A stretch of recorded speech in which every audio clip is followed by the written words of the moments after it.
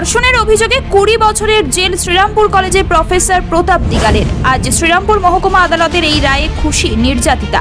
অভিযোগ, গত 2022 সালের মার্চ মাসে এক কলেজ ছাত্রীকে পড়ানোর নাম করে কলেজ সংলগ্ন প্রফেসর বাসভবন ম্যাক হাউসে তাকে রাতভর যৌন নির্যাতন করা হয়। এরপর ছাত্রীর লিখিত অভিযোগে শ্রীরামপুর মহিলা থানায় অভিযোগ দায়ের করে পুলিশ গ্রেফতার করেছিল অভিযুক্ত প্রফেসর প্রতাপ দিগালকে। দীর্ঘ 2 বছর ধরে আইনি প্রক্রিয়ার পর আজ 20 বছরের সাজা ও 50,000 টাকা জরিমানা করা হয়। টাকা অনাদায়ে আরও 6 মাসের কারাবাসের নির্দেশ দেওয়া হয়েছে অভিযুক্ত প্রফেসরের বিরুদ্ধে। অ্যাকচুয়ালি আমি শ্রীরামপুর ম্যাক হাউসে থাকতে গেছিলাম, তো ওখানে যে প্রফেসর ছিল প্রতাপ দিগল, তো উনি আমার সাথে মানে কি নির্যাতন, শারীরিক সম্বন্ধ করেন আমার না ইচ্ছাতে। তো আজকে ওনাকে তাই এখানে মানে এটাই ঘটনা ছিল।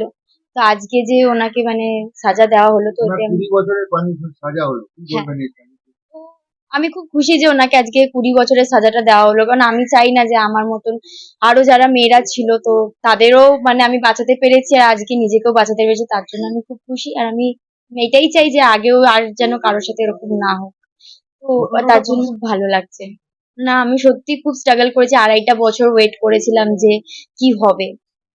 খুব মানে যতবার ভাবতাম ততবার মানে খারাপ লাগতো এটা ভেবে। তো আজকে আমি সত্যি খুব খুশি হয়েছি ওনার সাজাটা উনি পেয়েছে, যেটা মানে ওনার যেটা প্রাপ্য ছিল। ঘটনাটা হচ্ছে শ্রীরামপুর কলেজের থিওলজি ডিপার্টমেন্টের প্রফেসর প্রতাপ দিগাল ছিলেন। উনি বিভিন্ন মেয়েদের পড়াবার নাম করে একটা এনজিও ফর্ম করে নিয়ে এসে নিজের বাড়িতে অর্থাৎ নিজের ফ্ল্যাটে, যেটা হচ্ছে ম্যাক হাউস শ্রীরামপুর কলেজের কোয়ার্টার, সেখানে রেখে পড়াতেন। সেই পড়াবার অছিলায় এই কেসের ভিকটিম গার্লকে উনি নিয়ে এসেছিলেন 2022 সালের মার্চ মাসের প্রথম সপ্তাহে, এবং 4-5 দিন পর থেকে ওনার সঙ্গে জবরদস্তি দৈহিক সম্পর্ক স্থাপন করেন, অর্থাৎ শারীরিক নির্যাতন করেন, যৌন নির্যাতন করেন। পরে মেয়েটি লুকিয়ে তার দিদিকে ফোন করে পুরো ঘটনাটি জানান। ওর দিদি উদ্ধার করে শ্রীরামপুর মহিলা থানায় অভিযোগ করেন। পরদিনই শ্রীরামপুর মহিলা থানার তৎকালীন ওসি নিবেদিতা কোলে, এই কেসের যিনি আইও, তিনি ওনাকে অ্যারেস্ট করেন। সেই থেকে কাস্টাডি ট্রায়াল হয়েছিল। গতকাল তাকে দোষী সাব্যস্ত করেছে শ্রীরামপুরের ফার্স্ট অ্যাডিশনাল ডিস্ট্রিক্ট জাজেস court, special POCSO court, Manoj Kumar Roy মহাশয়, অনারেবল জাজ, এবং আজকে তাকে শাস্তি ঘোষণা করেছে 20 বছরের সশ্রম কারাদণ্ড, 50,000 টাকার জরিমানা, অনাদায়ে আরো 6 মাসের সশ্রম কারাদণ্ড 6 পক্সো অ্যাক্টে, এবং 10,000 টাকা জরিমানা করেছেন 506 নম্বর ধারায়, এবং অনাদায়ে আরো 1 মাসের সশ্রম কারাদণ্ড। এবং ভিকটিম, এই কেসের ভিকটিম 16 বছর বয়সী যে নির্যাতিতা মেয়ে, তাকে 3.5 লক্ষ টাকার কম্পেনসেশন দেওয়ার জন্য ডিস্ট্রিক্ট লিগ্যাল সার্ভিস অথরিটিকে অর্ডার দিয়েছে। এটা 2022 সালের ঘটনা, মার্চ মাসের।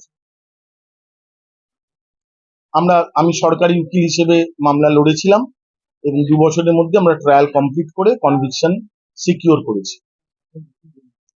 দেখুন, একজন শিক্ষক হিসেবে যে ছাত্রীর ওপর যে যৌন নির্যাতন করেছেন, সেটা আমরা আজকে আদালতেও বলেছি, এই message should go to the society, যাতে আর কোনো শিক্ষক এভাবে শারীরিক নির্যাতন বা যৌন উৎপীড়ন কোনো ছাত্রীকে না করতে পারে। এই সাজা নিশ্চয়ই আরো বাকিদের সজাগ করবে সমাজে। জয়দীপ মুখোপাধ্যায়।